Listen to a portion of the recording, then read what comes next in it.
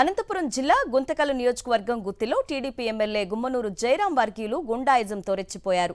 తాకట్టు ఇంటిని వడ్డీ వ్యాపారికే సొంతం చేయించేందుకు దౌర్జన్యంగా వ్యవహరించారు. తాకట్టు పెట్టిన వ్యక్తిని అతడి కుటుంబీకులను కొట్టి భయభ్రాంతులకు గురిచేశారు. గుత్తిలోని వీరారెడ్డి కాలనీలో ఉంటున్న దస్తగిరి తన ఇంటిని తాకట్టు పెట్టాడు.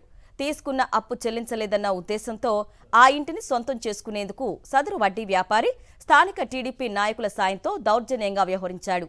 దస్తగిరి ఇంటిపై 20 మంది వరకు మూకుమ్మడిగా దాడి చేశారు. ఇంట్లోని సామాగ్రిని బయట పడేసి భయానక వాతావరణం సృష్టించారు. వారి దాడి నుంచి తప్పించుకున్న బాధితుడు దస్తగిరి జిల్లా ఎస్పీని కలిసి ఫిర్యాదు చేశాడు. జిల్లా ఎస్పీ ఆదేశాలతో టీడీపీ నేత సూర్యప్రతాప్ సహా 20 మందిపై కేసులు నమోదు చేశారు పోలీసులు.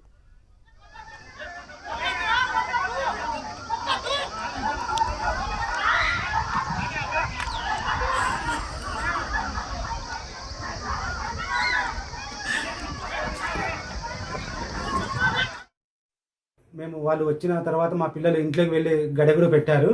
కానీ గడెలు దాన్ని బద్దలు కొట్టి ఇంట్లోకి ప్రవేశించి 35 మంది దాకా వచ్చారు.